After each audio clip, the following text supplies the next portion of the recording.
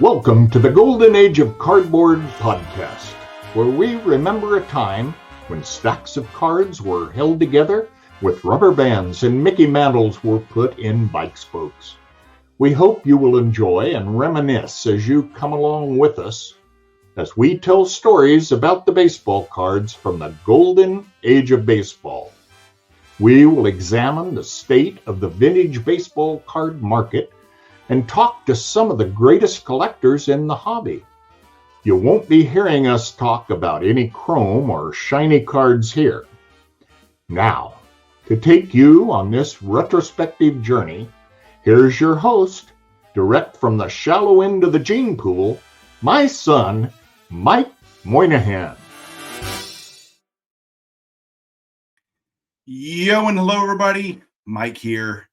Welcome to another episode of the Golden Age of Cardboard podcast. It is 2024 and I guess I'm entering my 43rd year in the hobby and I am super excited about 2024. This will be the first episode of the new year and it's going to be a solo episode. It's kind of an episode that I want to kind of lay out what I'm looking for, kind of how I'm thinking about the hobby as we go into the new year and what I'm looking forward to.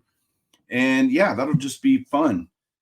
When I think about the hobby and my hobby especially, I kind of break it down into three things. I've got definitely, obviously, cards that you're picking up, cards you're adding to the collection, trying to build the collection the way that I want to build my collection. Then I think about attending different shows, and I'll go into that in a little bit. And then content creation is a huge part of my hobby, and it's become that way over the last decade. And this show is certainly part of that. Golden Age of Cardboard podcast is so much fun. I love doing it. I took a little bit of a break late last year and now kind of back going. I've got the next 3 weeks already figured out on what I'm going to be doing. And then I'm going to get back to some basics on some stuff there in terms of this podcast. I'm going to continue to create videos on Baseball Collector YouTube channel, which is my basic YouTube channel. Then I'm going to continue to do, Hobby Think Tank and occasionally guest host on Hobby Hotline. And I'll be doing Chasing Cardboard and hopefully a lot more Chasing Cardboard in 2024. It's weird how parts of life get in the way. Life is just between work and family obligations. Those tend to take up some time. And for me, it's I've got in a couple of weeks, less than 2 weeks now, my daughter will be getting married. That's been a huge thing that's been kind of there. She's moving into a new house. I'm helping her get it fixed up. I mean, there's a lot of personal stuff going on. Once I get through that, things kind of free up. I mean, Julie and I are planning on taking several trips this year, just personal vacations and stuff like that. And so it'll free me up to do, I think, a little bit more content creation, spend some more time doing that. Not that I don't do a lot of it already, which I do. And I really enjoy the content creation side of the hobby. It allows me to connect with people in a much, much deeper way. Obviously, I've built a network of people within the hobby that I consider friends, tremendous human beings, people that I respect. And so that's been part of this content creation journey. So I just plan on keeping doing all that stuff normal as we go. Talking about shows, I mentioned taking some personal trips, but also to me, I want to do shows where it's an event for me, where it's an experience, where I get to go somewhere and do something different. And so I definitely have on the docket, I'm going to be doing a couple of Dallas shows. I'm sure I'm planning on going in February because Craig is setting up there. And so I'll probably do that. I'll do Dallas shows as there are people that I know that might be traveling here to go to the Dallas show. I'd want to go with them and watch them experience that. That would be fun. Hopefully have some more people come over. I know I got a friend, Mike, Junk Wax Hero, is coming in February to hang out. So I love hosting people and having people over. That's a lot of fun. I am doing the Strongsville show in March, or not March, it's April. I'm looking very much forward to that. Never done that show, heard wonderful things about it. In fact, Andy and I, who's my traveling companion, we just booked our plane tickets and hotel. So that's done, ready to go. Yeah, there should be some awesome vintage there. I'm, again, just really looking forward to that. Craig will be at that show as well, set up as a dealer. So yeah, looking forward to that. Then we've got the National after that in July for me. And that doesn't mean that things can't come up in the interim, but this is kind of how the schedule is laying out for me as it is right now here, January 2nd, January 3rd of the new year. So National, of course, in Cleveland this year, that's already booked, ready to go. I do plan on having a YouTube get-together, kind of content creator get-together, which will be for either listeners of the podcast, people that watch shows, that create their own content, whatever. That'll all be happening in Cleveland this year, as it has the last 4 or 5 years that we've done that. That's going to be awesome. And then in the fall, I either want to do like Nashville or the Philly show. Those are some shows that I've wanted to go to before. Never had the opportunity to do that.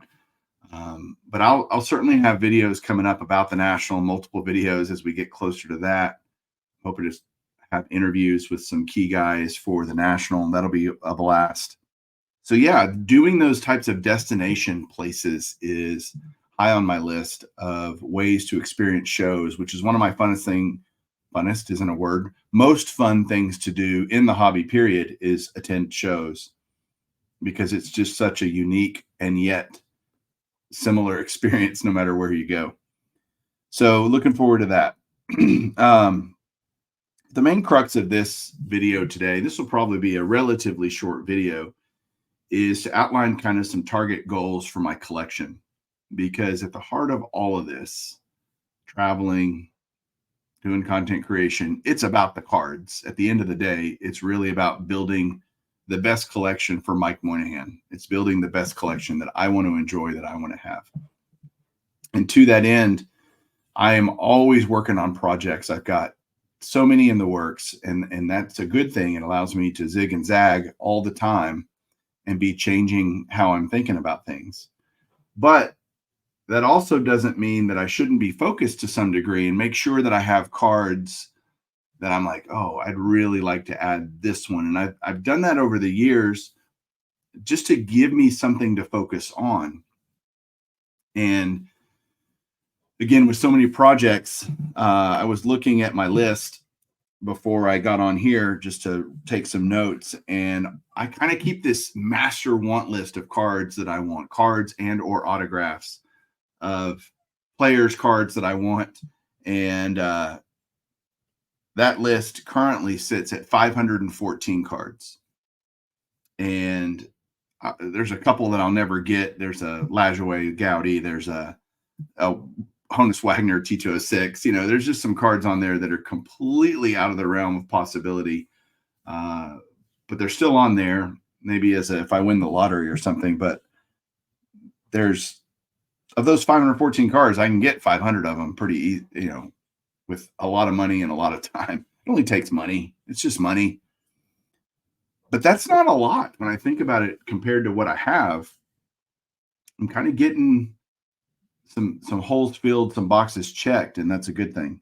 On my 4 decades set, I'm down to 233 cards that I need for that. And really, I want to focus more on the 50s this year, because when I kind of analyze where I'm at, I need a ton of 80s cards. Those are easy to get, easy to grade myself. I have all of them in spades, so I could grade all those myself and solve that problem. The 70s stuff, certainly easy. 60s, less easy, but still obtainable.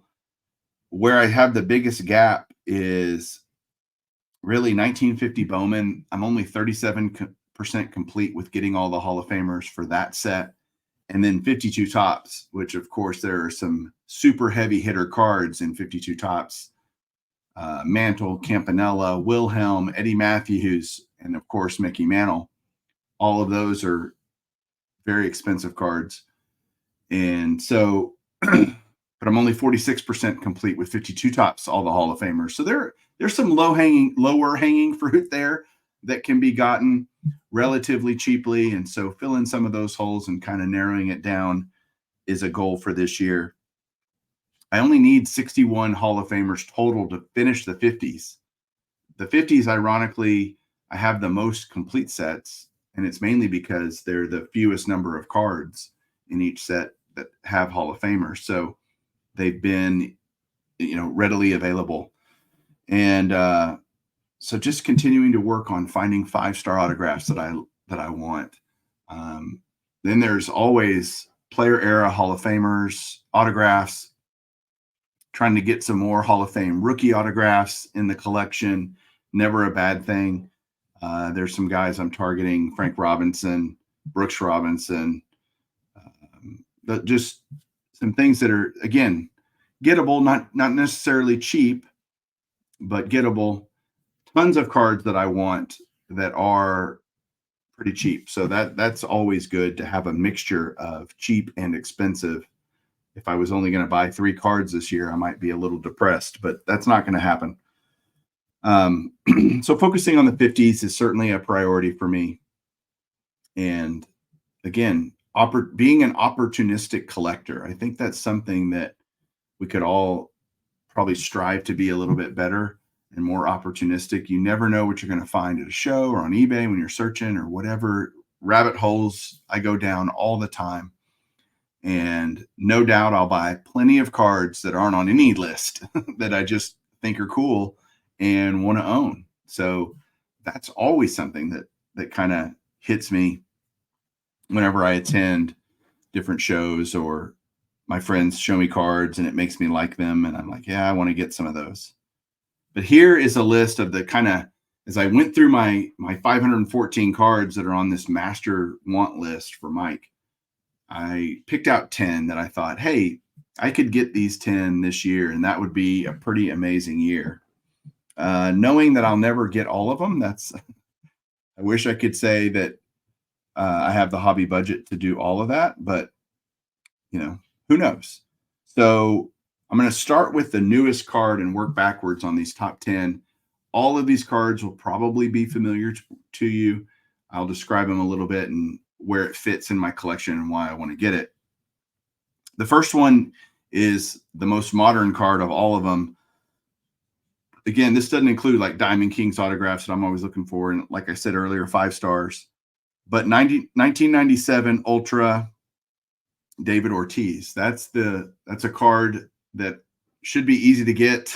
And it would fit in my Hall of Fame set registry, post-war Hall of Fame rookie set registry. That's one of my favorite set registries, probably number 2 behind the 300 Great Cards by Mike Payne. And so I'm always trying to add to that. By the way, in just a few weeks, we'll have some more Hall of Famers. So there'll be other cards that I'll probably have to target. If I don't have all of their rookies, I'm missing a Billy Wagner rookie. I'm trying to think who else is really up for it. I've got Beltre and Mauer, and who else is up? Todd Helton. So would love to get an Ortiz just to check that box.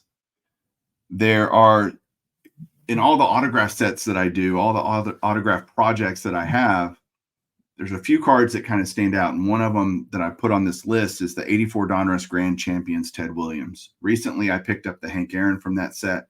It's a Dick Perez set. So for me, it's high on the list of things that I just love to get.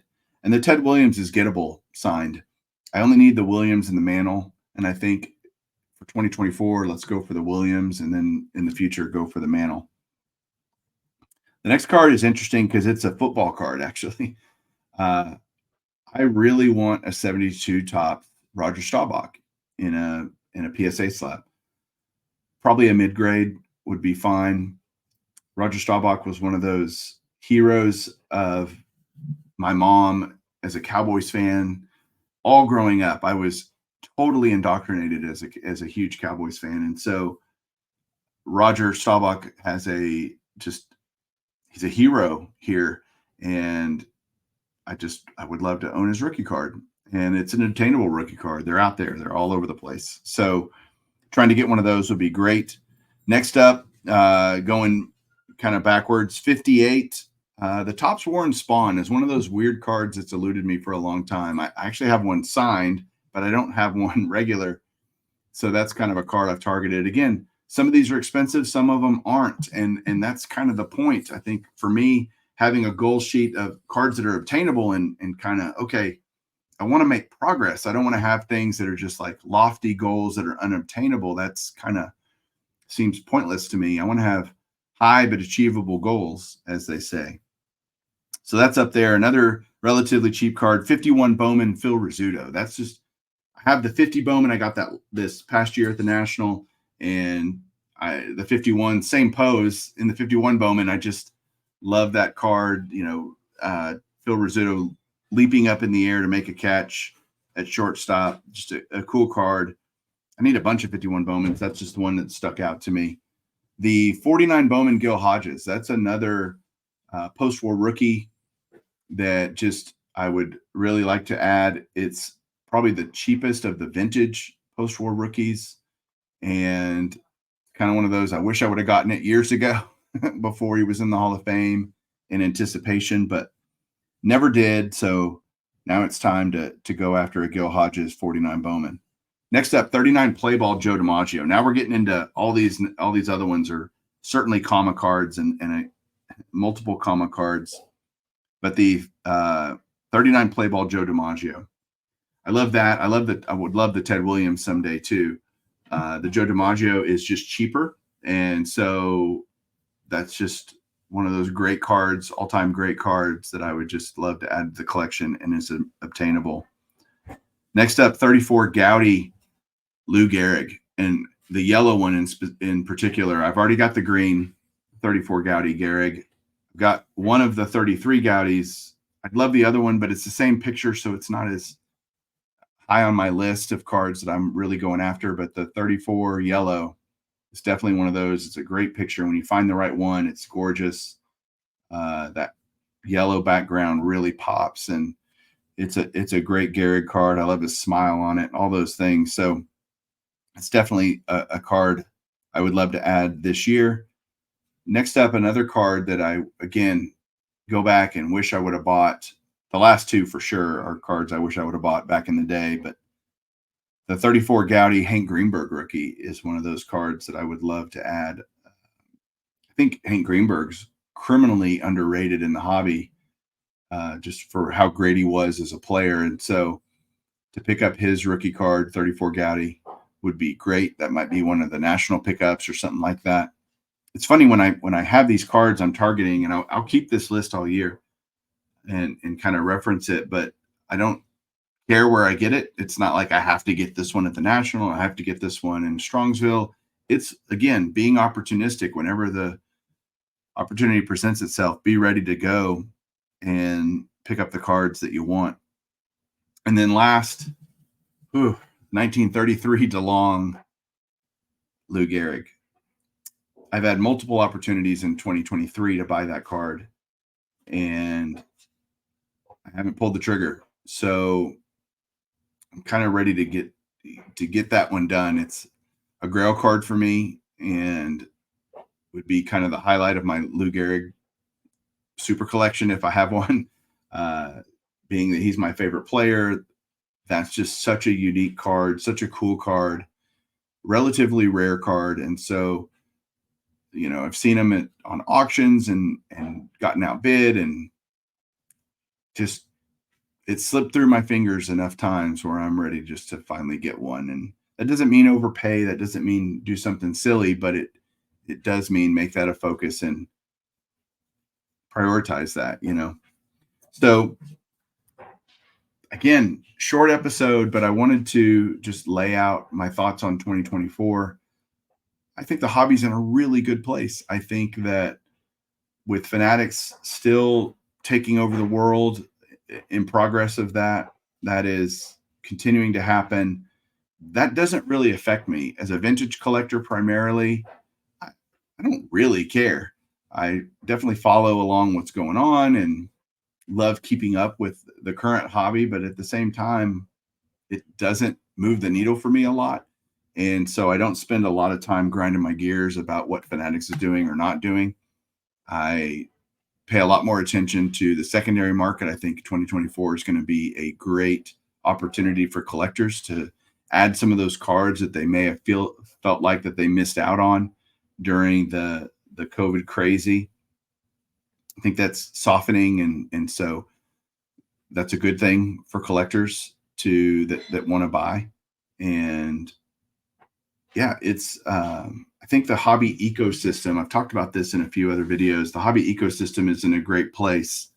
You need all of it. You need people that are opening packs to be able to put out singles, to be able for other people to buy them. You need dealers to continue finding inventory. I mean, I'm still surprised at how many collections we're finding with Chasing Cardboard that have cards that have, not seen the light of day for 40 years and stuff like that. It's just kind of nuts that those still exist. Obviously, every one you find is one less that can be found. And so eventually that runs out, or they become significantly more scarce.